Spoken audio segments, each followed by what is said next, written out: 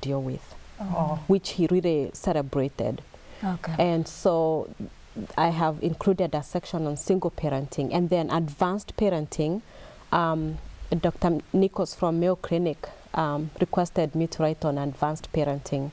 So with having raised a child that has gone through that, and I as a parent going through being a caregiver, the advocating, and all that is involved, I've also included a section on advanced parenting and what that means and the help for the parents.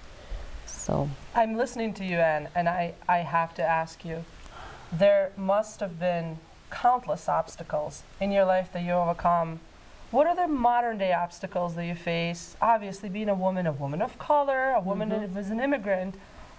Talk to us about what are the obstacles that you face today, and what is it that most frustrates you, or what is it that most that kind of stares right in your face? What is it that you face today? And also, how did you overcome them? Sure, and also how did you overcome them?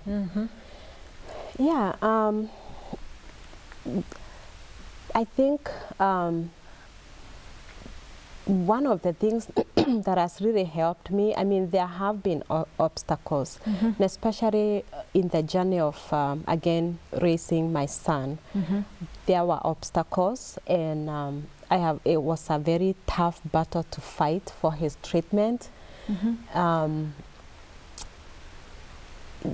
Being a woman of color, I struggle because in a sense I have seen God miraculously really come through for me in ways that I cannot explain.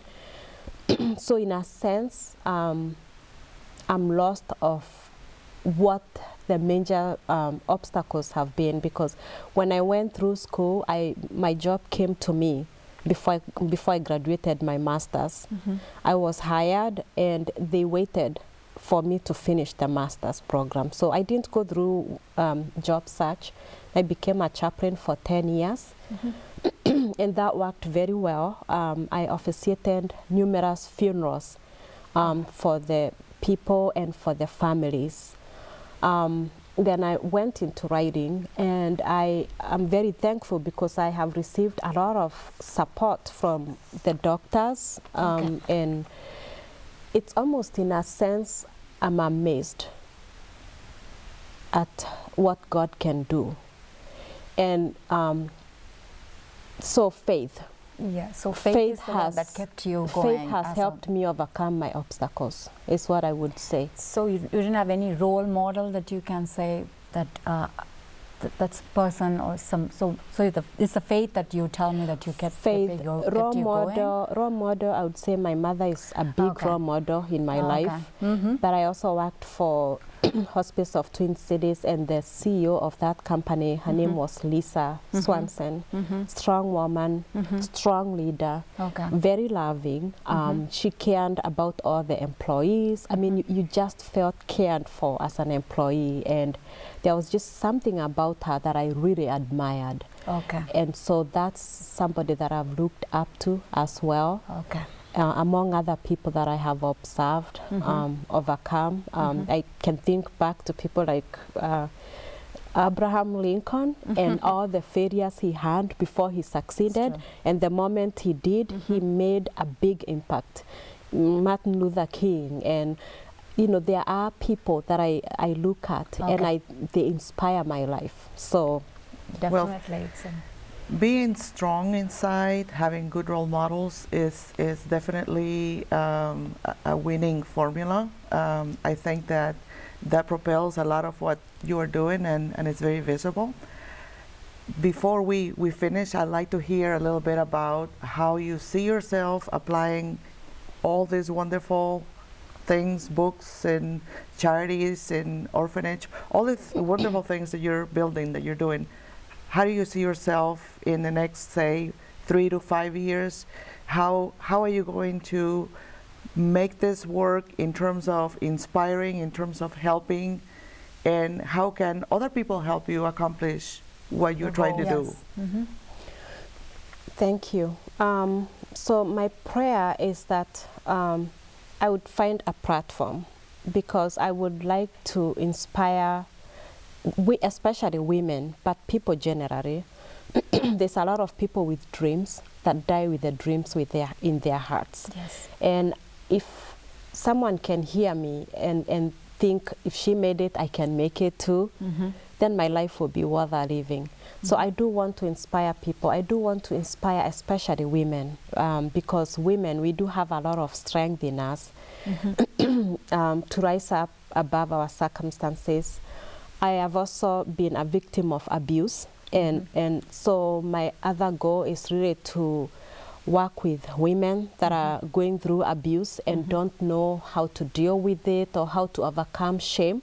I have had to, talk of obstacles, it's coming now. Yes. I've had to fight, I have had to fight You've shame. overcome them all. Shame, you know, because one of the things when your life doesn't go as planned Yes. is shame. Yes. And for a very long time, I didn't know what my place was. I felt ashamed. I felt like a failure when I went through divorce, abuse and all that. It changes a lot about a person. And so those are things that I have had to fight through and still say, no, I do have a purpose here and I'm not going to let shame They and also all make you stronger, right? it make you stronger. So you make that decision. I'm not going to let this hold me back. There's a reason I'm here, and I'm going to fight for that reason. So I do want to inspire others to look inside and not without. And especially also parents, because how we raise our children makes a difference in who they become and what citizens they end up becoming when they are grown. So I do desire to inspire a lot of parents that we can take parenting more intentionally and more seriously to see better results, both for our children and for our relationships. And then for Cities Heart Cry Ministries, that is just such a dear vision of our heart, and I say our heart because we do have board members that are called into this, that have stood through very tough registration and have even encouraged me when I felt a little discouraged with the process. So our vision is to see some orphans grow up, not feeling like orphans, but feeling like they have parents, like they are strong, like they are loved, and that they can do exploits with their own life.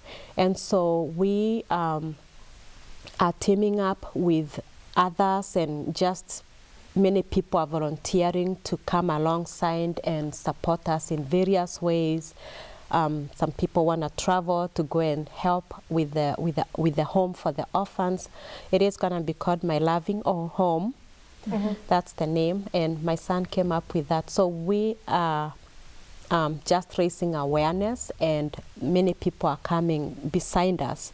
It's something even as a board we can't do on our own, but many people are coming alongside and saying we want in. So it's a big project, and it's going to be done by lots of people. And sounds like, based on what you're saying, that relationships are very important. You've said relationships between us, between parents, between us as residents, citizens of the United States, Minnesota, the world. So relationships are important. Very Is that important, so? very important. Super. We need each other. And Anne, before we conclude, where can our viewers find more information about you? So I do have a couple websites. The first website is mckennaministries.com.